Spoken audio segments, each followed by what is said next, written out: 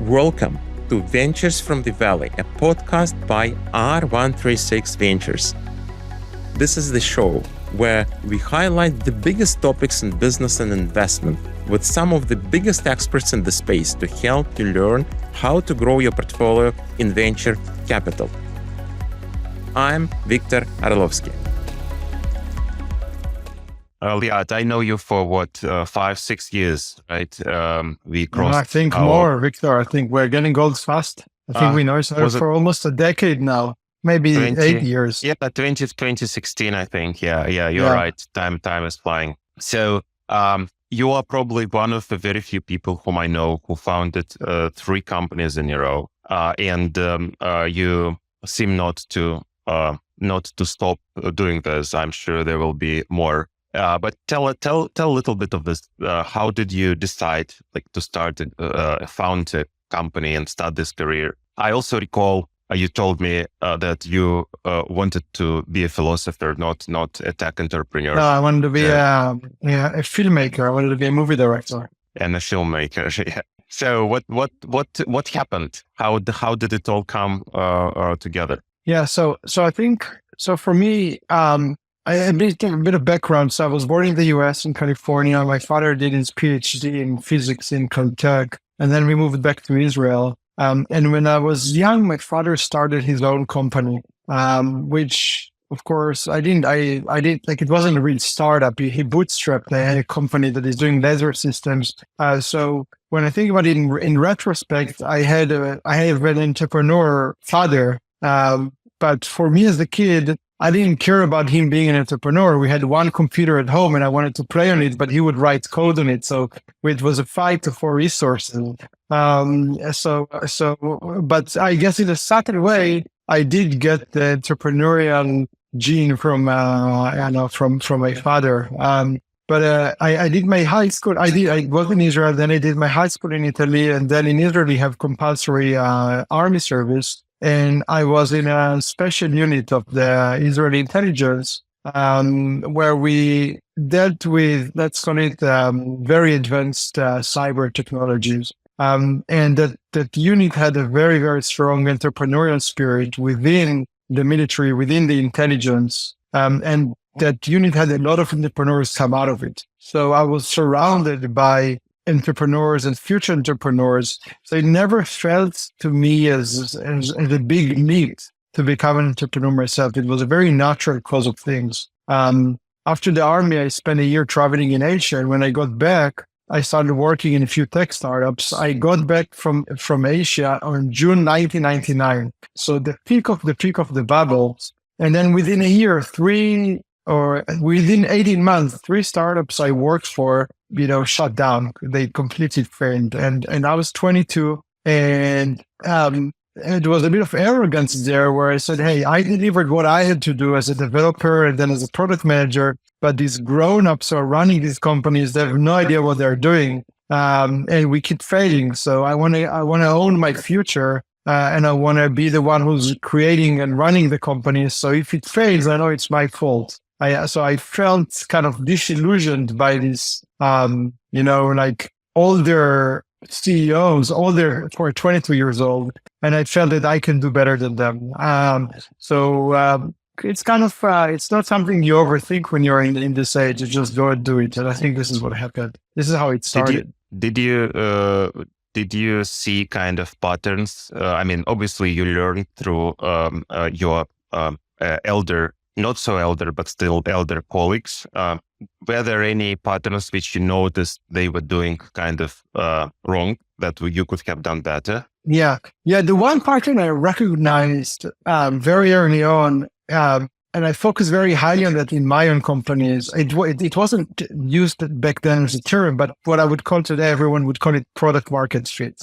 It's like, do you really solve a problem that is big enough and important enough for your target customers for them to change their behavior and lean in and use your solution? So I think the startups in the 99 and 2000 that I worked in, they had a vague idea of what they want to offer to their customers, but they haven't done the proper research of actually identifying that they're solving an acute pain. And it ended up being nice to have solutions. And it's not enough to succeed in this world as a startup with a nice to have solution. You need to really solve a problem that gets prioritized. So I didn't know how to articulate it like that back then. But I think that was kind of my hunch when I decided not to work for other startups anymore, but to work to start my own startup. Of course, I could have had a different luck and worked for an amazing startup that did really well, and then maybe I would have other lessons. But from the failures that I was part of, I think that was my main lesson. That's awesome. Eventually, I keep telling to founders to early stage startups, that's the biggest issue they might have, is that they're working on a problem which does not exist, right? When you're trying to solve something, you fall in love with the solution, and then you just simply miss the problem, right? So this product market fit is definitely a big deal for new founders. So when you started Onigma, what was the problem you were trying to solve? And frankly, if you tell like from 0 to 10, yes, I solved this problem. How much of that is true? Yeah.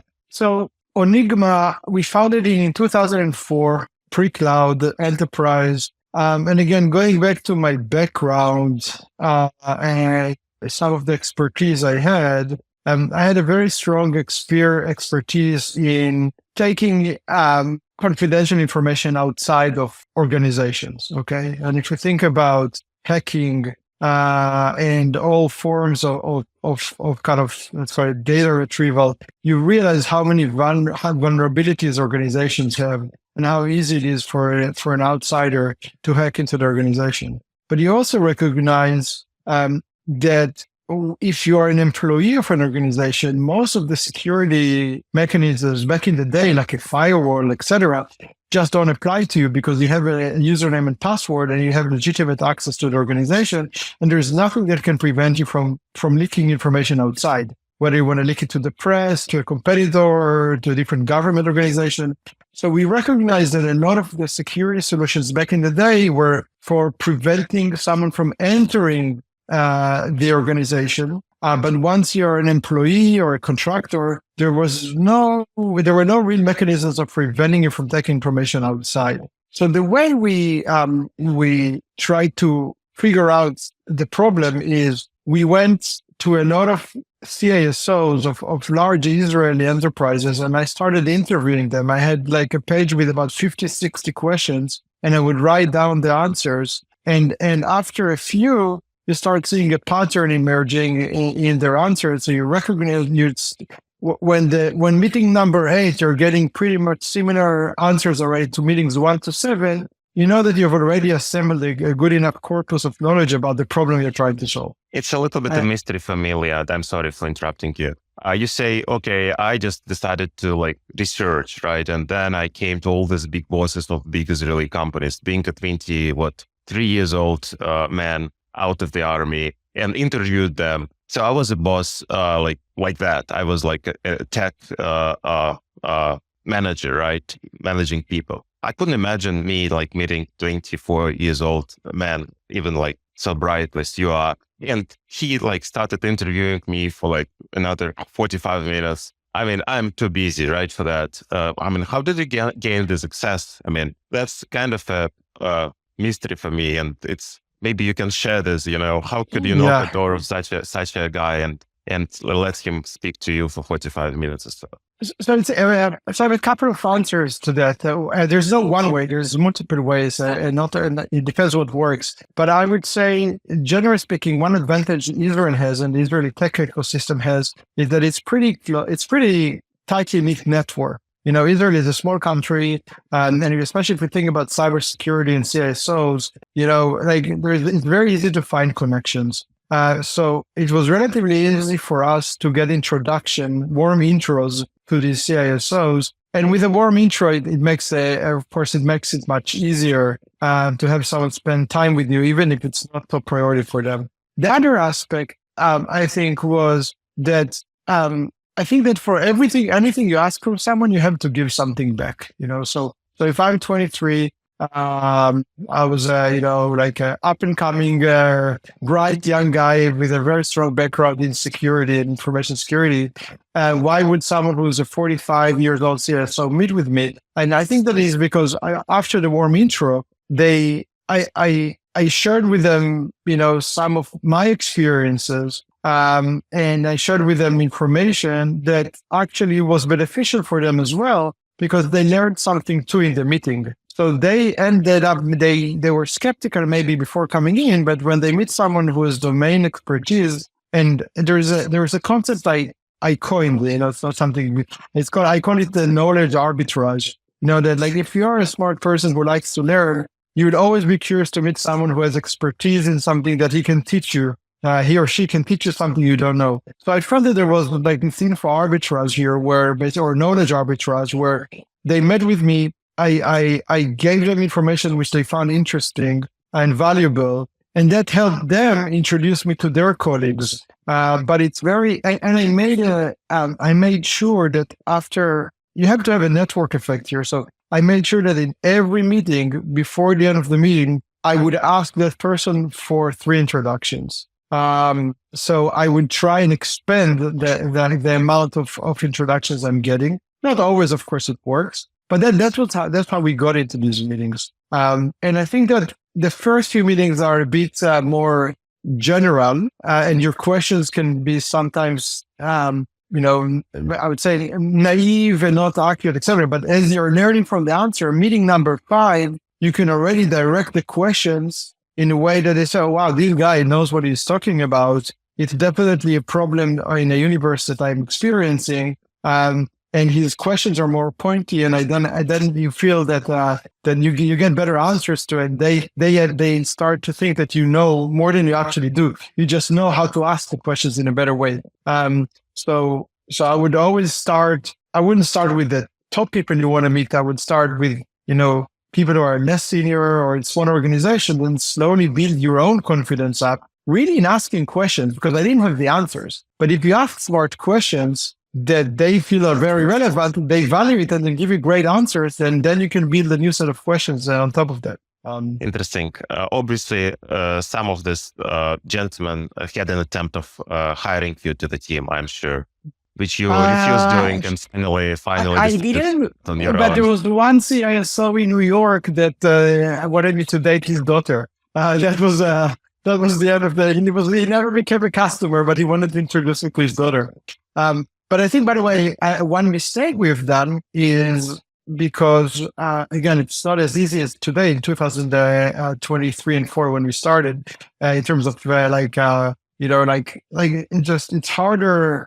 I think the networking back then was harder than today. But most of our meetings were with Israeli companies. Now I would go to a large Israeli company. It's a company with 4,000, 5,000 employees. And I felt as if I've got like the enterprise angle. And that kicks us in the butt a bit later in the process when we were trying to sell to Bank of America. And the CISO would tell me, listen, I've got over 1 million employees all over the world. I have a metrics Active Directory structure that I'm not sure like how you guys work with that. And I remember that meeting and I was like, oh my God, there are companies with a metrics of Active Directory. Active Directory is like the Microsoft kind of user management and some other stuff. So it was a complete shock for us because the biggest Israeli companies had literally a centralized Active Directory.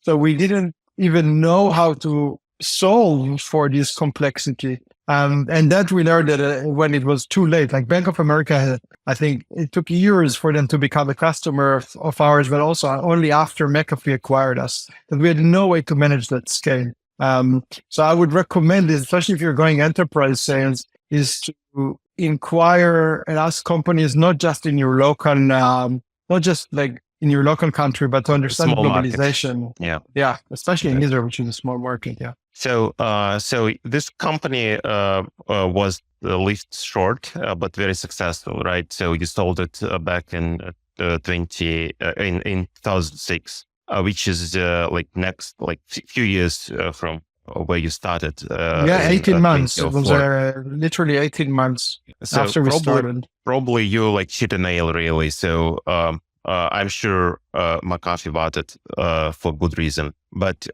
do you think you missed a big opportunity with that selling this company too early? Do you think that this could just be could have been much bigger success, and at the end of the day, Onigma could have bought McAfee, not the other way around? Especially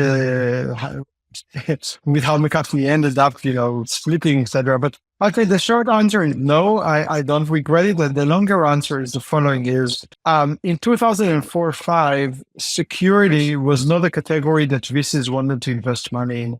We went to all the VCs in Israel, and they all told us, look, you guys are smart, the product sounds interesting, but security is just not a big enough market. You may have a small exit, that it's not a category you want to invest in. So you couldn't raise Israeli VC money in 2004-5 for security startups. And it's hard to build a large company without VC money. All we had was angel money. The second thing is that when we met with McAfee and they were interested, what I realized very quickly in our first meeting with their CTO is that they're interested in the category. The category is now called data loss prevention. We actually ended up coining the term with McAfee.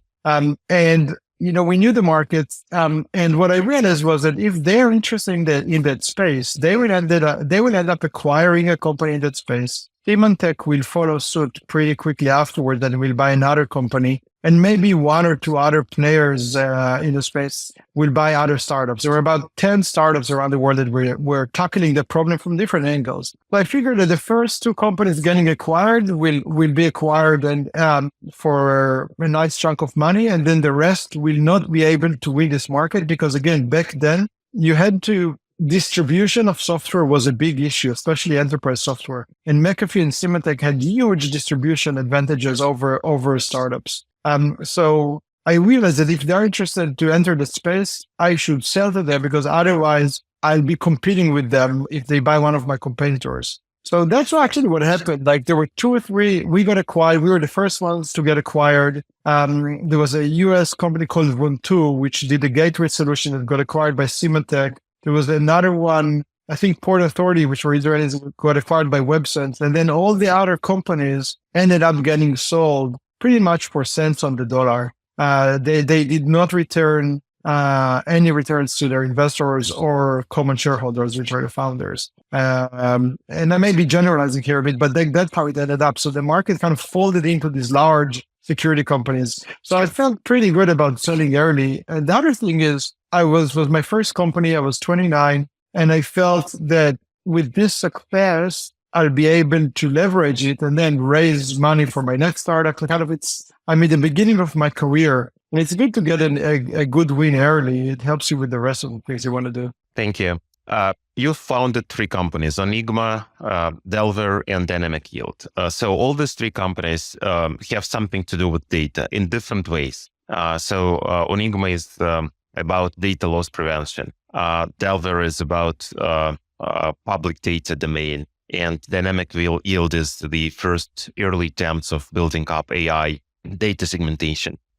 Maybe you can just give some ideas, some sense of so much believe in data? Is it your passion? Why you structure every venture you do around data? And what is it, something special? Is there a playbook for data you think exists? Did you elaborate on that? Do you know some secrets that others don't?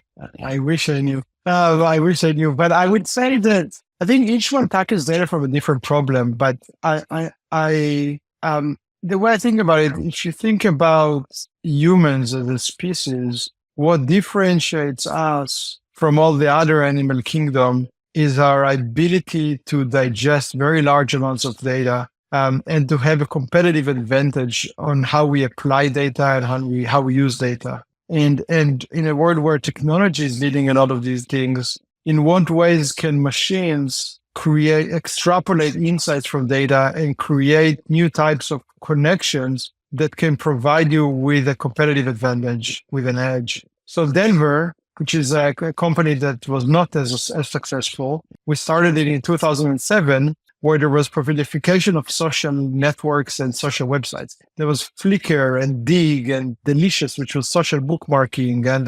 And of course, MySpace was the behemoth. It was, Facebook was still just for colleges. They just opened up to the world.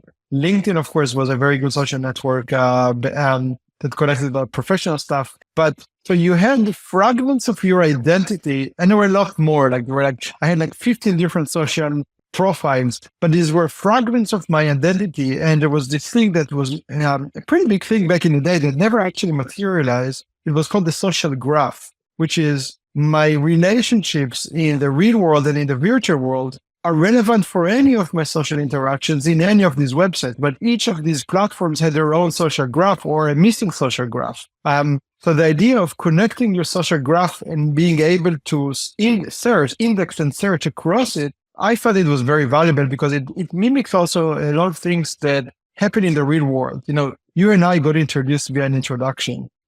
I got introduced to Jeff Horing of Insights via an introduction. The concept of a person connecting two people with mutual interests in a way that can be beneficial for both parties is a very basic activity in the fabric of mankind. I got introduced to my wife by a mutual friend. And there is no easy way to mimic that online. So when we started all these social platforms, we thought that we were going to connect these tissues and provide you with insight. So if you're looking for a hotel in Paris, it would be amazing if I could show you that a friend of yours posted on Flickr a photo of, photos from Paris, so you could ask for accommodation. So it was always about finding relevance around the human aspect of the data based on the data which they posted or interacted with, etc.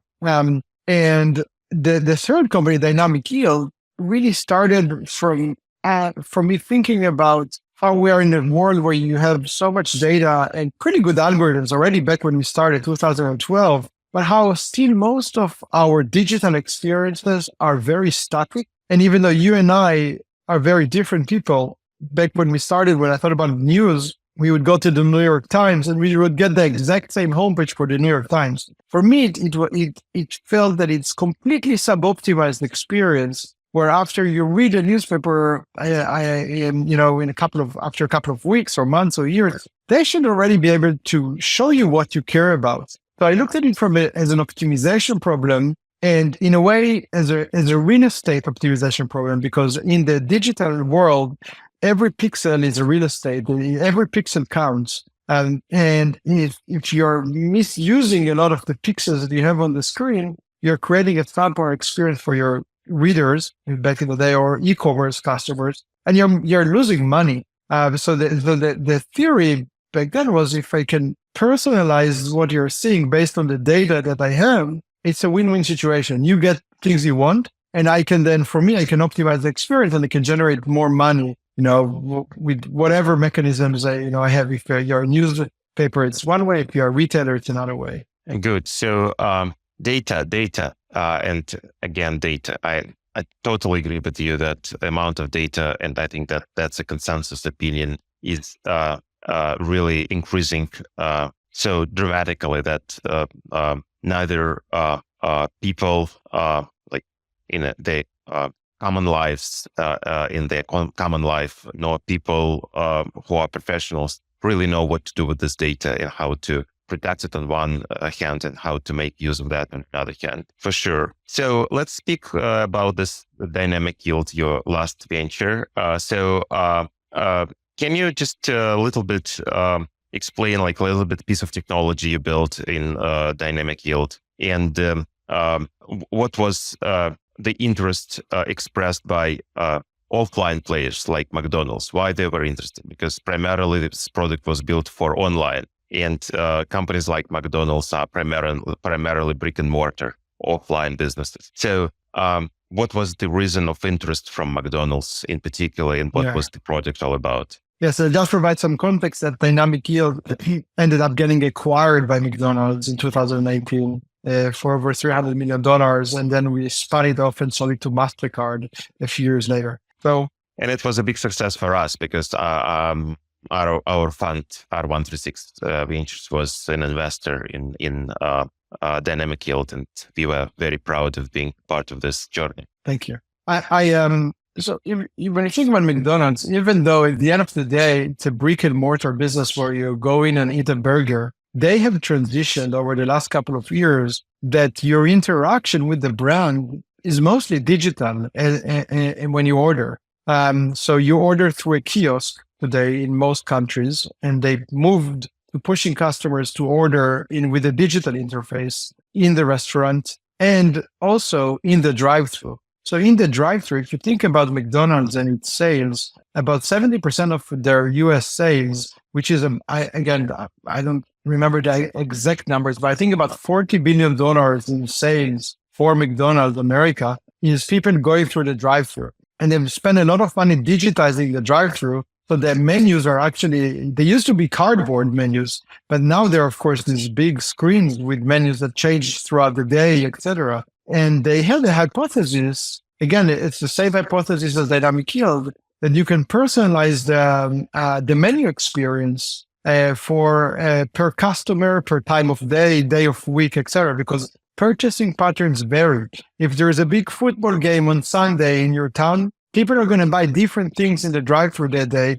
than the day before.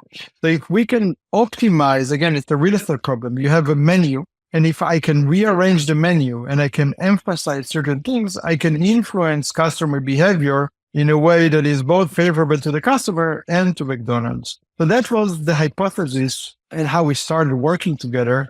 And it worked really well. And it led to a conversation. Sorry, my throat. It led to a conversation with the CEO of McDonald's that understood the strategic significance of that. And he basically suggested something that we couldn't say no to, that they will acquire us, will give us the ability to scale even further. Of course, it's a great return. Within McDonald's or outside? I mean, did they let you go and sell to their competitors, say Burger King? So we did not sell to other QSRs when we were quick serve restaurants, when we were part of McDonald's, because they wanted to keep a competitive edge over their competitors. And also in terms of our focus, any percent of improvement that we could do for McDonald's is paying so much for it. So if you think about a $40 billion a year US drive-through business, let's say you even improve it by 1%,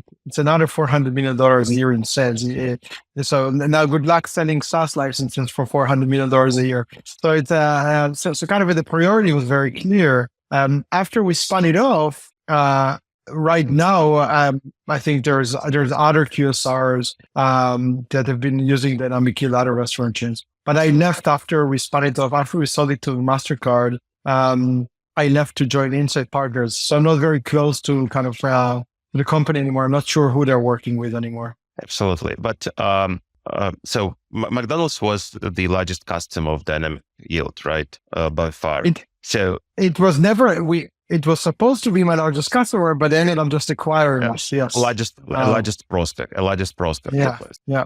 So obviously McDonald's had certain plans in mind, how they can use this technology and product inside, and what they can do developing and building up this business as a separate business, most probably. So did this plans end up being a success for McDonald's, you think? What was the reason why this was a spin-off of the company, and then it was then sold to MasterCard? It was not an original plan, right? So there were some considerations behind that on the go, basically. Actually, that was the original plan. The original plan was for McDonald's to acquire us, for us to integrate our solution into the McDonald's technology stack, and then to find a long-term home for Dynamic Yield that is not McDonald's.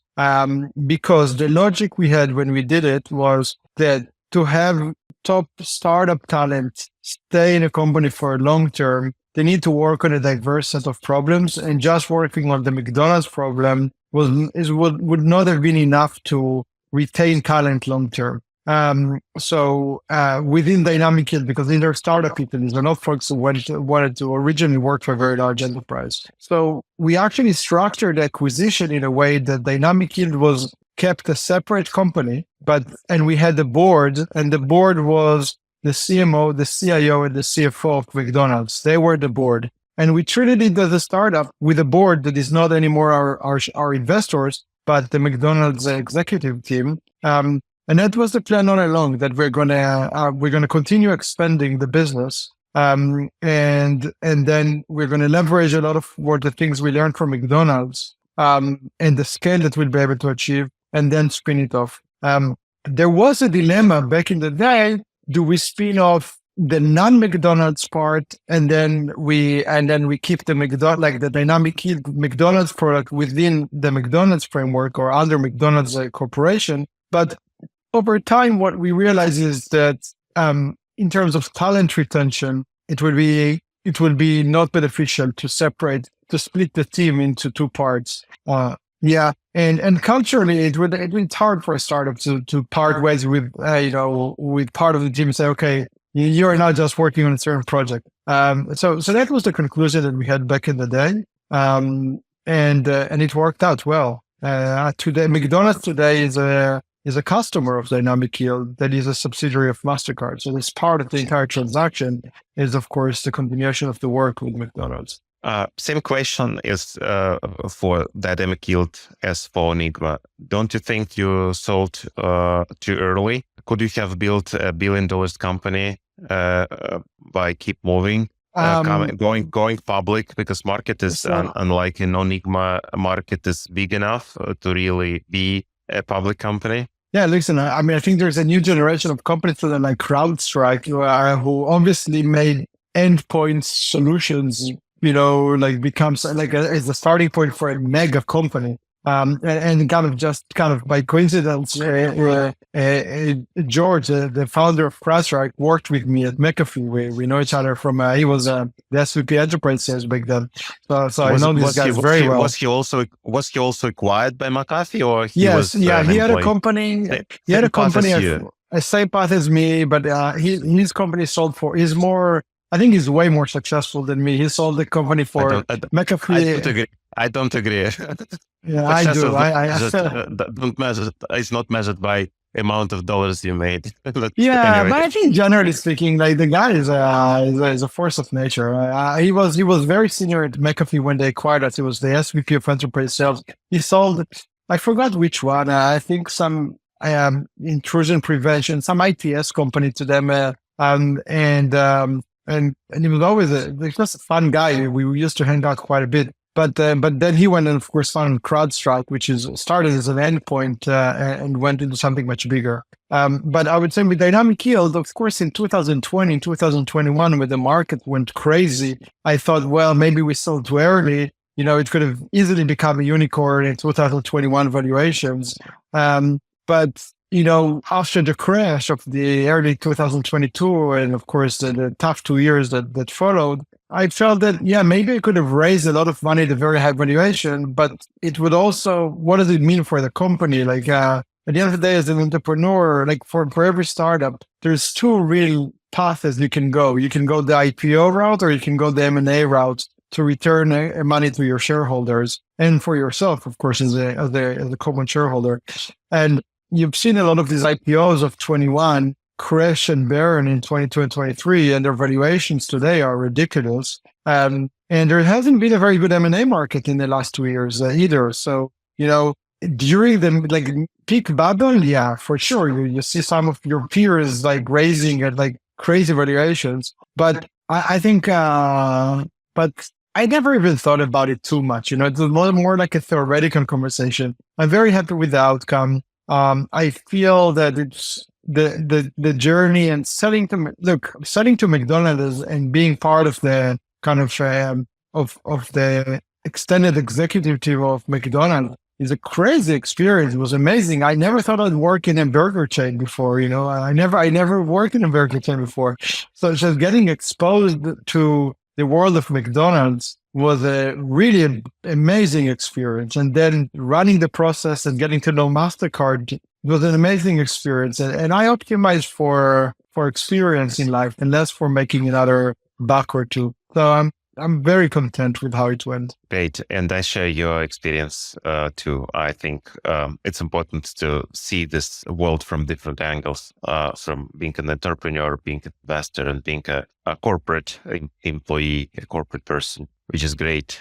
So you enhance your experience. And I think that we have to make another podcast on what the difference between those three, but I would at least touch base upon investment side of it. Maybe last thing on product and technology. Obviously, this Gen AI development is fascinating. It's something what is unbelievable, and I would call it a new the fourth industrial revolution happening, and we are witnessing it and taking part of that. How do you think Gen AI in general and LLMs in particular will change the world of marketing and data in coming years? And do you see any big ideas which you can share with the thinkers and entrepreneurs who are looking for something big to start with? Yeah, I'm super excited about like the next,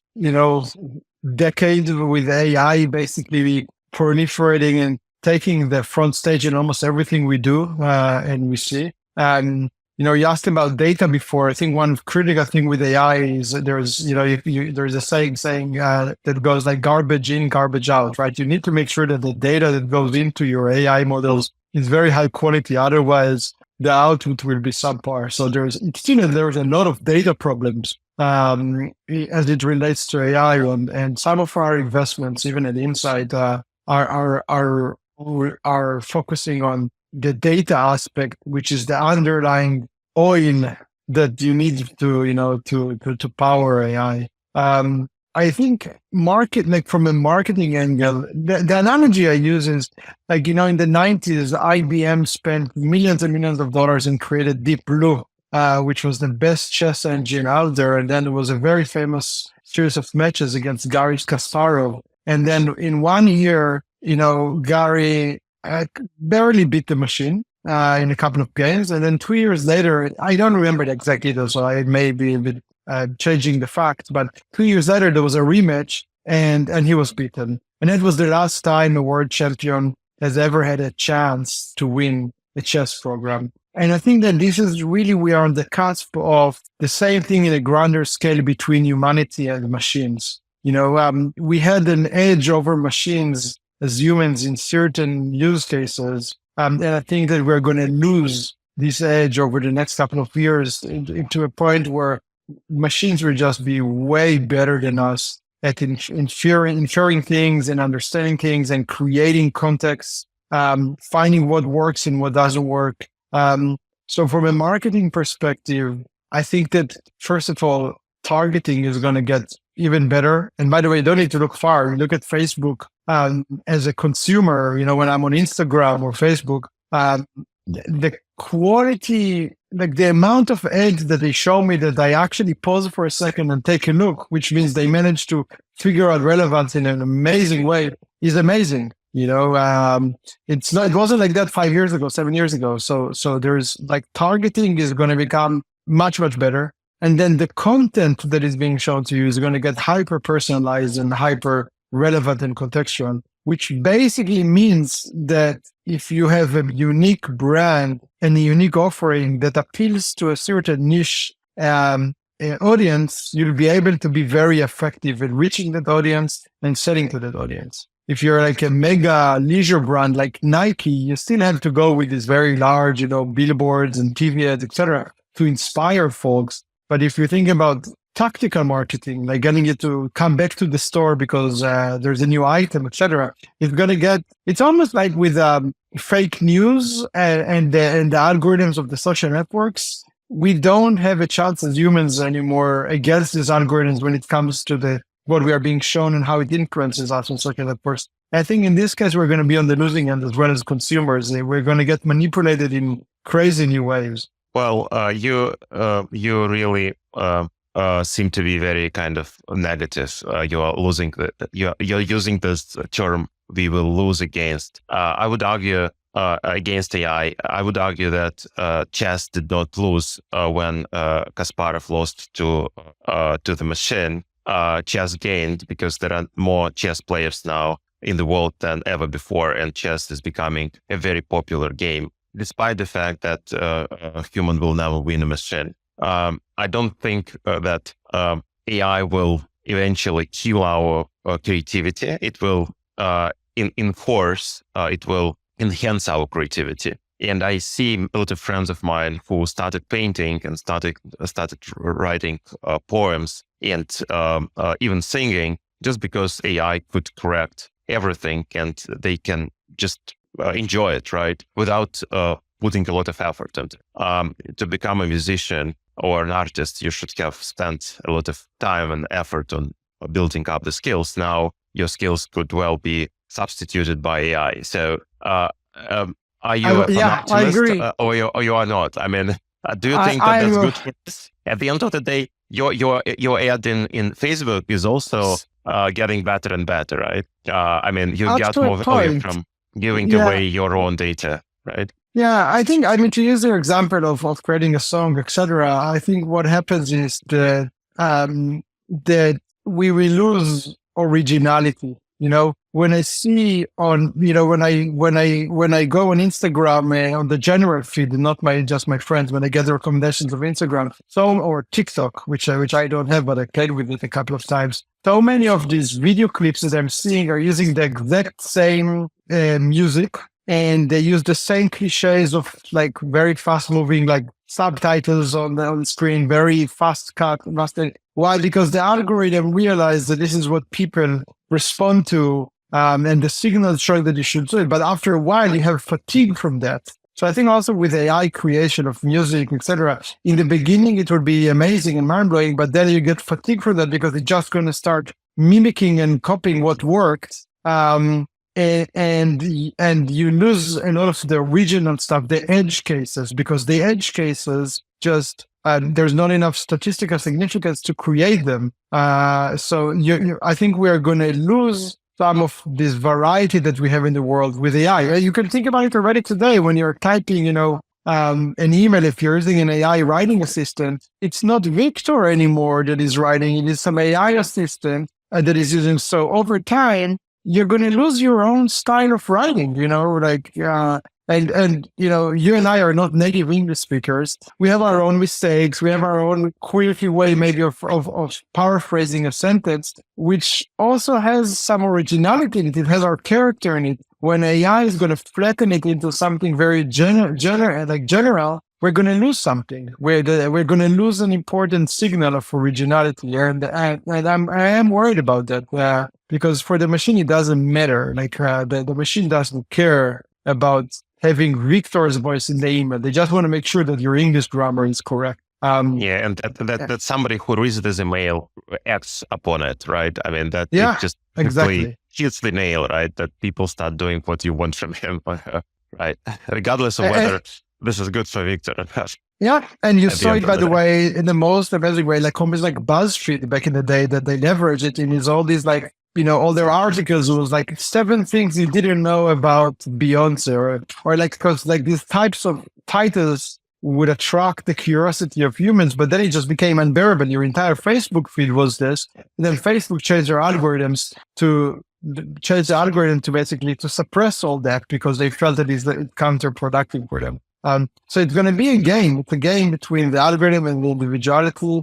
And I think with any movement that we'd see a counter movement of going back to analog, all the hipsters are listening to to records. It's a counter movement to Spotify, and that everything is digital. There is something about owning a physical record, cleaning it, there is something in that experience that was lost in the digital world. And I think AI will also, at the end of the day, we'll win certain things, but we lose in other things. And I'm afraid that there's going to be a spike in creativity, and then it's going to get commoditized in a way that it's just not interesting. Look, it opens a very interesting question, which I could not miss from asking you as a thought leader in AI and overall in future tech. You mentioned that we are losing against AI. We are losing against superhuman.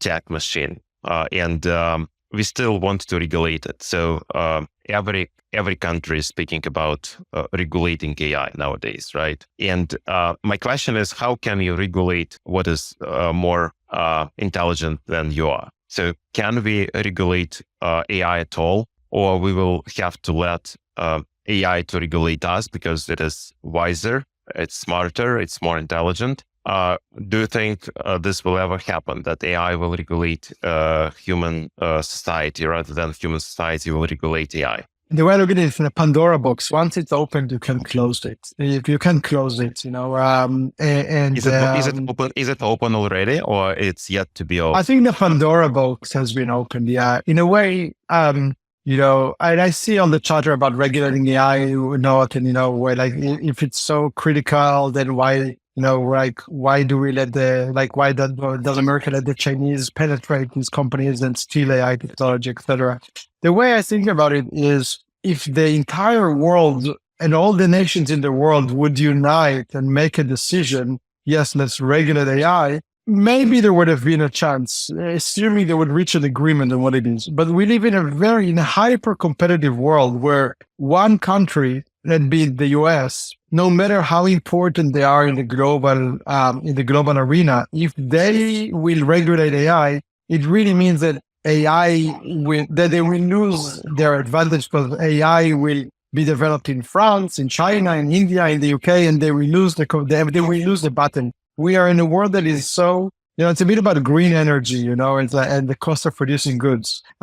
If you are imposing all these tariffs and taxes because they are good for the environment, and then production moves into a country like Bangladesh, who cares less about the environment, then you're going to lose your factories. And I think it's the same with AI. I think it's way, way too late. I don't think there's any technical or theoretical way of doing so. And in this case, I think the war has been lost before it started. The question becomes, and this you can regulate, is the impact of AI on society. And in what ways will companies be allowed to make decisions about you as a human being, to, basically to make decisions about your life, like the simple example could be, that your insurance company would require you to do a DNA test, and look at your genealogy tree. And then their AI would crunch all the data. And then they would tell you, sorry, Victor, we don't want to insure you, because in 25 years, there is a certain likelihood that you're going to develop something. And then you'll be uninsured because the algorithm has made a decision that may be wrong even, that you're not. And then how can you react to that? There's no jury, there's no judge, there's no supreme court that can overrule a decision. You become a slave to the decision engine, which is the algorithm. And these are becoming problems. If for some reason, Twitter's algorithm decides that Victor should be suppressed from Twitter by mistake, I think I saw an article a year ago, that someone sent a picture of his and a picture of his 1-year-old son, a naked picture of the son, to the doctor because there was some rash on the kid, and then Google tagged him as a pedophile, and they blocked all his Google accounts. So basically, what happened here? You had an AI algorithm that detected a naked kid. It was programmed to protect naked kids, but it didn't make a differentiation that maybe he's sending a legitimate email to the doctor. And so it made a decision. It was also the one executing the decision to remove him from Google systems. And there is no appeal court. You can't appeal to that decision. And this is where I'm scared that we're becoming slave to AI engines and AI decision makers. And this is where you can have regulation. For example, for a company like Facebook or Google, that there has to be a human that will review a case in which you get blocked out of the system because the algorithm made a decision that you are a malpractitioner or something like that. And these are the area that the interface between human rights and algorithm judges and decision making is what scares me. I think that it is also important that every piece of data, every piece of invention, being it painting, being it music or anything, should be marked as being made by AI or being made with the participation of AI, or being made without any AI. It's like organic, non-organic products, right? So you have this label, and you can just have the same for AI tools, right? When everything being made with AI, even you write an email with the piece of technology, it has to tell a reader, a user, that yes, Victor has used an AI for eliminating an accent, or writing this post, or whatever, right? So then at least you can judge and decide on whether you want to buy in or not, right? I think And it's that's what completely might not create. enforceable, though. That's the problem. When you're taking a picture with your iPhone, there's already AI enhancing that picture, improving colors, improving focus. There was a famous glitch, I think, with Samsung Galaxy. I think it was with Galaxy, where if you take a picture of the moon, they actually replace the circle of the moon with another picture of the moon that you didn't take, but that Samsung has placed there because it looks really great. So without you even knowing, an AI has replaced a real world artifact with a different image. So it's going to be very, very hard to distinguish where does the line cross between, let's call it, legit AI enhancement and something there. So we are going to, even already today with fake news, it's very hard for us to know what is true and what isn't. And we doubt a lot of things that we read because it just there's no authority in a way like there used to be. With AI and Gen AI, it's going to be, we will completely lose our ability to know what's true and what's not true. You can hear a new Jay-Z song, and only a few weeks later to realize, oh my God, it wasn't even Jay-Z, and so they have to question everything and to research everything. Maybe that's it's hard. Maybe it's a good problem to solve.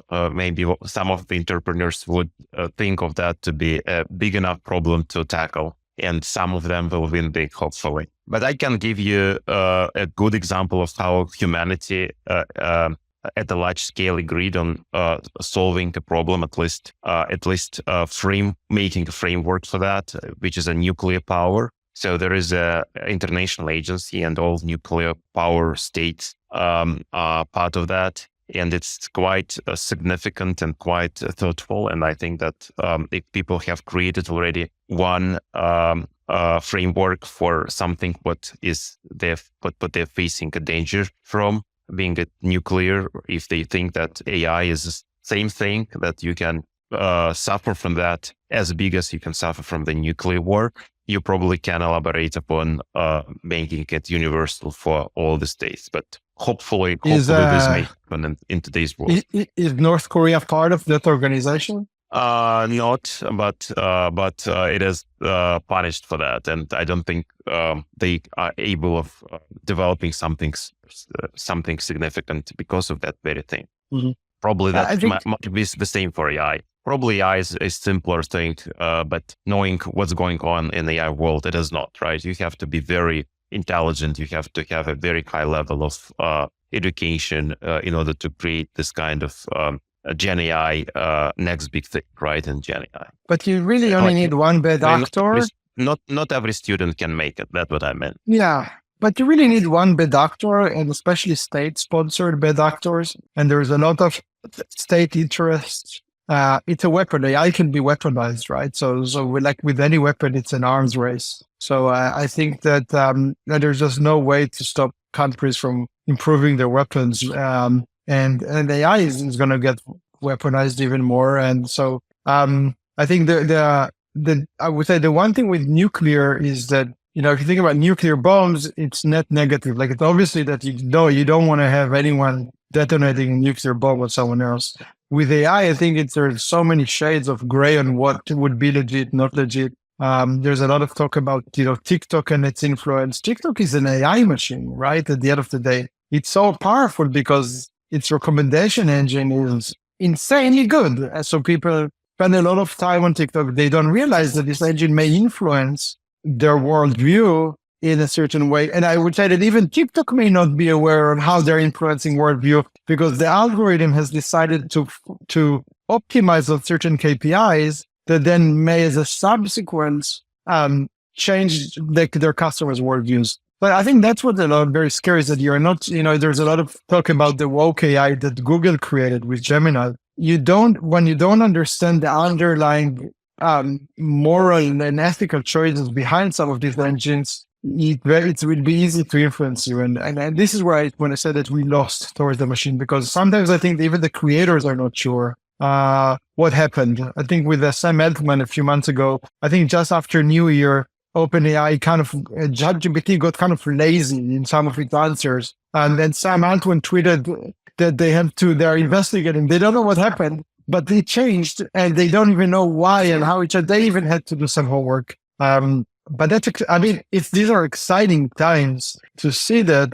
And in certain areas like medicine, for sure, it's going to be great for humanity. But we have been the supreme intelligence power on this planet as humans. And we have to realize that we're going to give way to our creation that is going to take the first place. And what does it mean to be the second best on a certain thing? It will create new challenges. Totally agree. And we are truly living in exciting times of kind of something what never happened before. Yeah, totally agree. So let's switch. We have another maybe 15 minutes. Let's switch to investment and your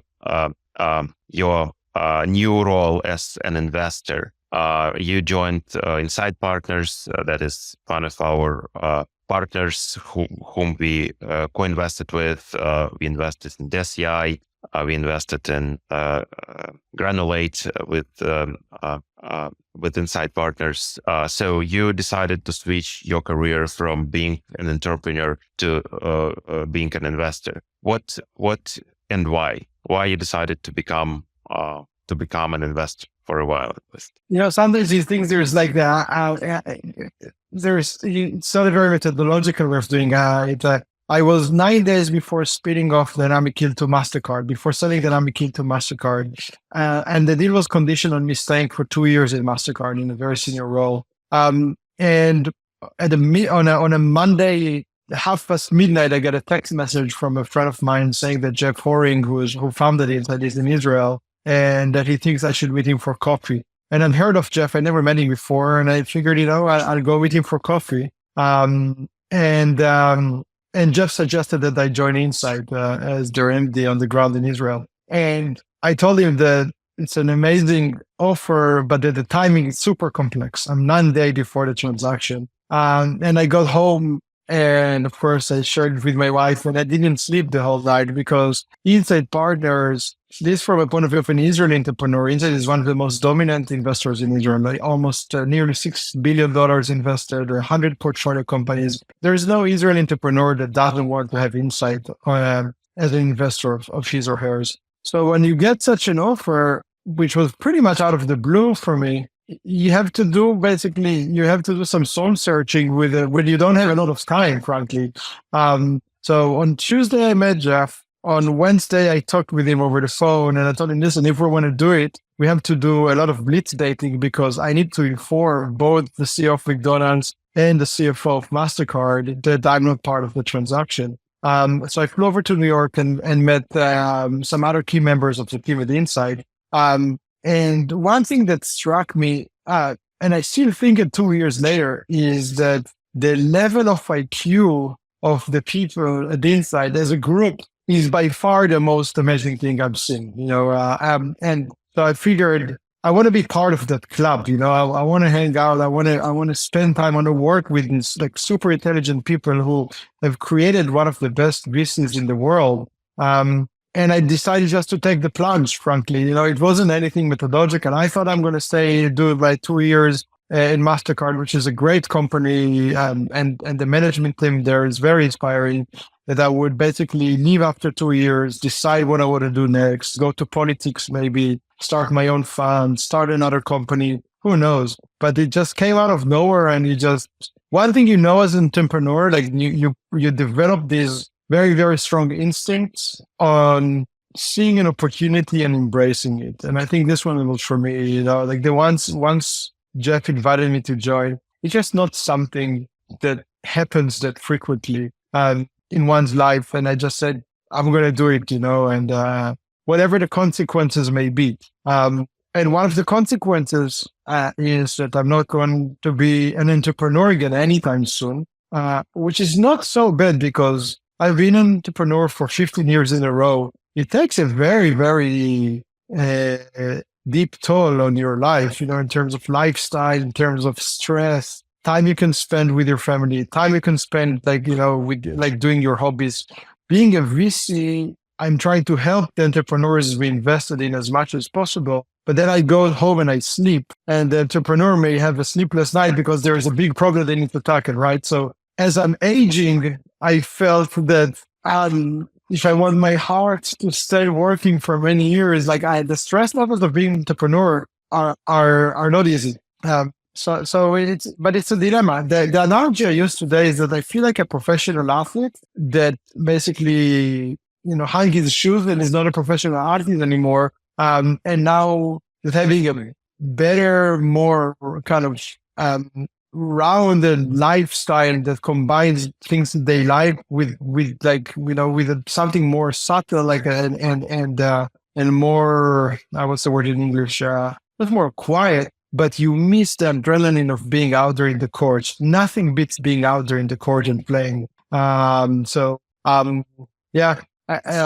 So it's a dilemma. And when I work with the younger entrepreneurs and I see the passion in their eyes, I feel like I'm on their side of the table. I don't feel like I'm just like a aging investor or something. I feel like I'm still an entrepreneur that just happens to be now their board member. But it's still I'm still growing into this idea. You've been an investor for many more years than I am. I'm still growing into this idea. I'm certainly jealous for Jeff and the Insight Partners team for having you in Insight Partners, but I'm sure we'll make more deals with Insight Partners because we are bullish on Israeli market as well as Insight Partners, and I'm sure that we will team up in some deals. Yeah, for sure. Yeah, what do you think of Israeli market in general? Obviously, this conflict, this war didn't help Israeli startups and a bunch of companies we work with. I'm on the board of, were suffering because of the service people had to take, and obviously people were all into this thing. And I do understand the priorities when you have to serve for your country and versus you have to serve for your company, you choose the first. And I also know that many investment houses paused their investments in Israel because of that and overall uncertainty. Do you see a future for Startup Nation? Do you think that it will all rebound? Are there more opportunities now into investing into Israeli market? At the end, also Israeli market is known to founders to exit too early. Do you think it's gonna change over time? This perception that founders will fight towards going public, becoming real big. Start from the end.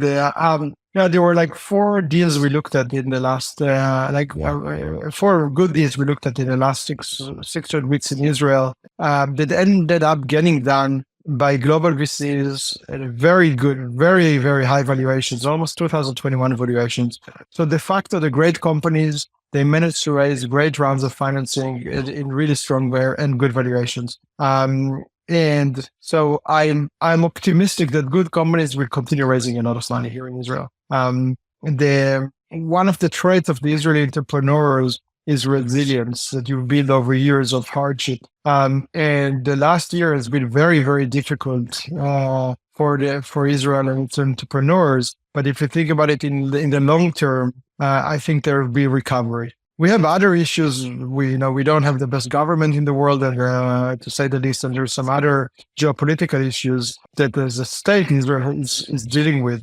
And it also has an adverse impact on the Israeli startups because of just the brand of Israel got hurt a lot in the last 18 months. But I don't think it's going to have a long-term negative impact on the ability of Israeli startups to innovate. And of course, of investors to want to invest in Israel.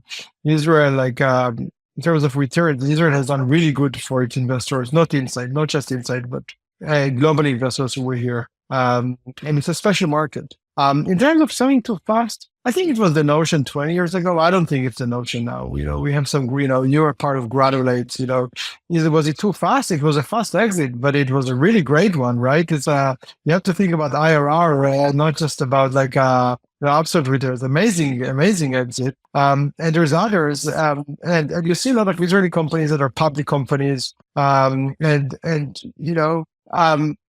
think that, listen, will there be an Israeli NVIDIA or Facebook? Probably not, because, if you think about even with NVIDIA acquired Eyal Valman's company, Mellanox, for $6 billion. It was an amazing, or 6 or 7, amazing acquisition. Probably if you would have waited 2 years with the boom of AI, it would have been a $15 billion acquisition. It's very hard to optimize for that. And I think, again, for Mellanox, it's a great outcome. It was a public company too, right? Like you have some obligations there. So I don't think the notion of Israeli selling early is relevant anymore. I think that as an entrepreneur, you want to be very smart on when to sell. It's better to sell when you're going up, even if you have not reached your peak, versus to sell or to try to IPO when things start slowing down for you, and you're not a promise anymore. And then people are starting to look at you from a different angle. So you don't want to, I'd rather capture 80% of the value when I'm going up versus now doing kind of a fight to save as much value as I can when, either you grow to the best you can in a certain market or competition gets very hot. There's a lot of ways in which startups can decelerate. And that's usually a fatal for them. So entrepreneurs have to be very sensitive to that. When do you think this VC winter ends? We see a significant recovery in public markets. We see significant unprecedented raise in crypto, and VC is still lagging behind. For how long do you think? Is it going to catch up? Is the interest of investors going to be back? Multiples will raise at some point, or you think it's for long? Well, I can talk about the Israeli angle because that's, I don't want to talk about like our global exposure. I'll talk about Israel. I think what happened, first of all, I think that the bottom is behind us. I see accelerated activity. I see a lot of early stage startups, raising now and being started. I think on the growth side of things, it's a bit harder because 2021 kind of set some crazy valuations out there and crazy multipliers. And a lot of the smart entrepreneurs have cut costs and are trying to kind of prolong how long they can run with their previous valuation, even though it's just on paper, before they go out and raise.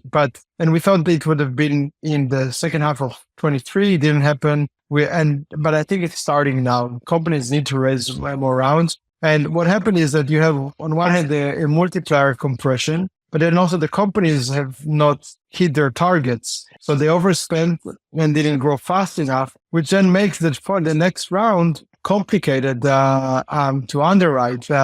So it's either some companies, either they have grown to their valuation from 2 years ago and we see bet rounds or modest up rounds, or there's going to be some down rounds. But if the company is doing well, then the valuation is something that can be negotiated. If the company stopped doing well, then it's dramatic. So it's a long way to say that I think that it's kind of the VC winter in the early stage, I think it's over. And we're starting to see kind of then like early blooms. In the growth, it's still, it's slower. And there's also a lot of money that is chasing these companies and waiting for something to happen. When a deal is happening, it's happening at really high valuations, too high for comfort in certain cases. So I think it's a combination of there's a lot of dry powder, not enough companies that look that great. And when it actually happens, I think it's, as a CEO of a good company, I think it's a great time to go out and raise money right now.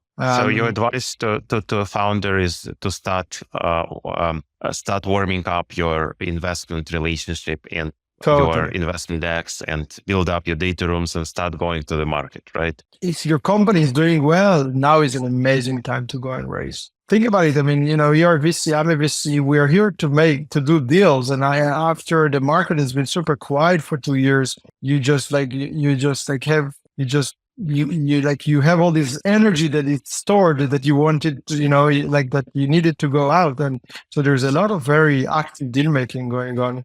So for CEOs, yeah, for sure, it's a good time. Okay, that's good. And I share that. I think that winter is coming to the end, and I think that it will soon catch up. And I learned from my experience. I'm only 10 years in investment professional space. And before that, I was like you in building up products, technology and companies. What I learned is that investor sentiments are flipping quite quickly. So we tend to think that all this is rational and people are rational, but money is not rational at all, right? So money is moving quite fast, and it's quite liquid. And people perceptions are even more liquid. They are moving and switching even faster. So from being a winter to being a blooming spring and summer, this distance could be very short. And I just smell this kind of different behavior on VC market when people are back to investing really a lot and aggressively. So that's probably the case. We obviously don't know. I mean, don't have a crystal ball, but I think that's true for this market. Maybe last question, Liad. What would you qualify as a big success for yourself? Like personal, what would you envision yourself to do, to think you did great? Or maybe you already did great, or I still think that all the big wins are ahead of you. So it is for me. So what would be the big win for yourself? I don't know yet. I would say probably a big win for myself would be to be the Prime Minister of Israel and to be good at this job. But I'm not sure I'm willing to take. I'm not sure that I'm willing to pay the price personally to become a professional politician. As Israeli, Liad, I'm Israeli. You already have one vote. Exactly. Yeah, one. I wish I had more. Thank you, Victor. And now I need another. I know how to advocate. I know how to refer. Actually, that's good. I'll remember that when I go into politics. If it to be a vice president or vice prime minister, I'm not going to be in the government for foreseeable future. But I would vote for yourself. Thank you. I appreciate it. So that's one goal that I'm not sure I'm going to pursue. I still want to go to my movie making roots and maybe go back and make a movie. But frankly, I'm pretty busy at the inside. There's lots of things that we're doing here. So, and I'm really enjoying it. So I kind of live in a place where I'm saying I'm really enjoying what I do. And I'm also enjoying spending time with my kids and in nature without worrying about my company that I started and I have to run. And that's a pretty nice mix to be when you're in your mid 40s. So, I don't think I think that for the next decade, I'm a VC, and we'll see what happens, as they grow wiser. But I don't see myself doing something different in the short to mid term. You've been a VC for a decade. You just get to work with really, really good people that are smart and ambitious and are working on interesting problems. And it's very hard to, and then you don't have to actually stay in the office until 11 p.m. in a management meeting in order to, or chase a specific customer. So it's kind of, you get an exposure to multiple companies. It's a great job.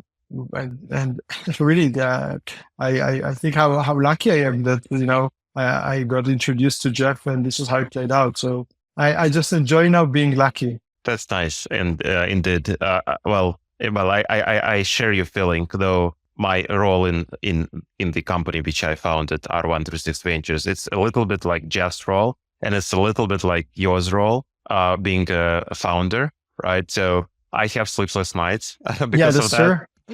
So, but I'm on the way building up something, hopefully a similar size and similar nature and success as Inside Partners. That's my kind of dream. At least I'm spending a lot of time doing this.